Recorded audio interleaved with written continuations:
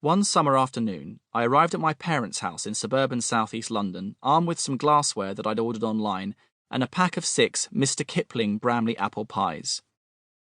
I was there to do what is probably the silliest experiment I've ever attempted.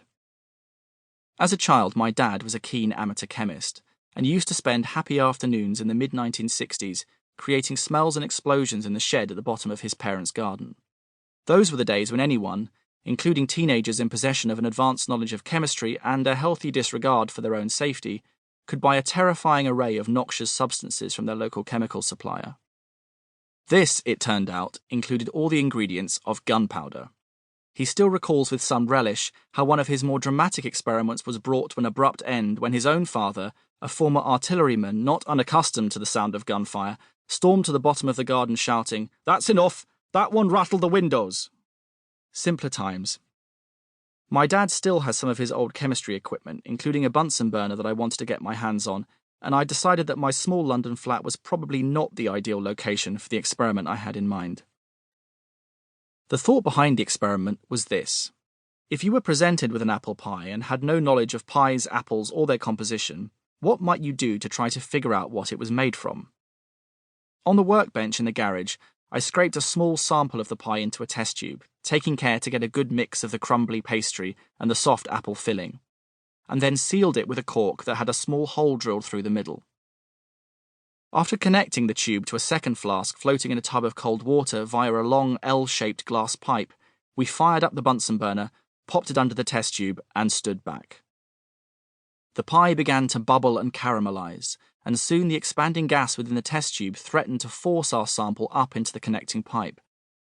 Reducing the heat slightly, we watched the pie slowly start to blacken, and to my delight, tendrils of mist started to flow along the pipe and pour into the waiting flask, which before long was overflowing with a ghostly white vapour.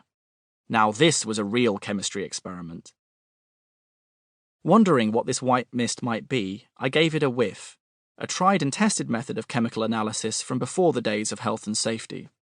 Humphrey Davy, a pioneering chemist of the Romantic Age, famously investigated the medical effects of various gases by inhaling them, which in 1799 led him to discover the pleasurable effects of nitrous oxide, what we now know as laughing gas, which he would inhale in large quantities while locked in a dark room with his poet friends, or sometimes young women of his acquaintance. Mind you, it wasn't a risk-free strategy. He came close to killing himself during an experiment with carbon monoxide, and on being dragged into the open air remarked faintly, "I do not think I shall die." Alas, my apple pie vapour didn't produce any psychoactive effects, just an extremely unpleasant burnt smell that seemed to hang around for hours afterwards. Peering through the mist to the bottom of the flask, I found that some parts of the vapour had condensed on contact with the cool water bath, forming a yellowish liquid covered by a dark brown, oily film. After about 10 minutes of intense heating, no more vapour seemed to be coming off the charred remains of the apple pie, and so we concluded that our experiment was complete. In my keenness to inspect the contents of the test tube, I briefly forgot that when you heat glass with a Bunsen flame for 10 minutes, it gets really quite hot, and badly burned my index finger. There's a good reason why the most dangerous bit of equipment I'm generally allowed near is a desktop computer. After a much longer wait, I gingerly returned to the test tube and tipped its contents onto the bench. The apple pie had been reduced to a jet-black, rock-like substance whose surface was slightly shiny in places. So, what can we conclude about the composition of apple pie from this admittedly rather silly experiment? Well, we've ended up with 3 different substances, a black solid, a yellow liquid, and a white gas, which by now had infused my skin, hair, and clothes with a nauseating burn smell. I admit that the precise chemical composition of these 3 apple pie components was not entirely clear to me at the time, though I was pretty sure that the black stuff was charcoal and that the yellowish liquid is probably mostly water.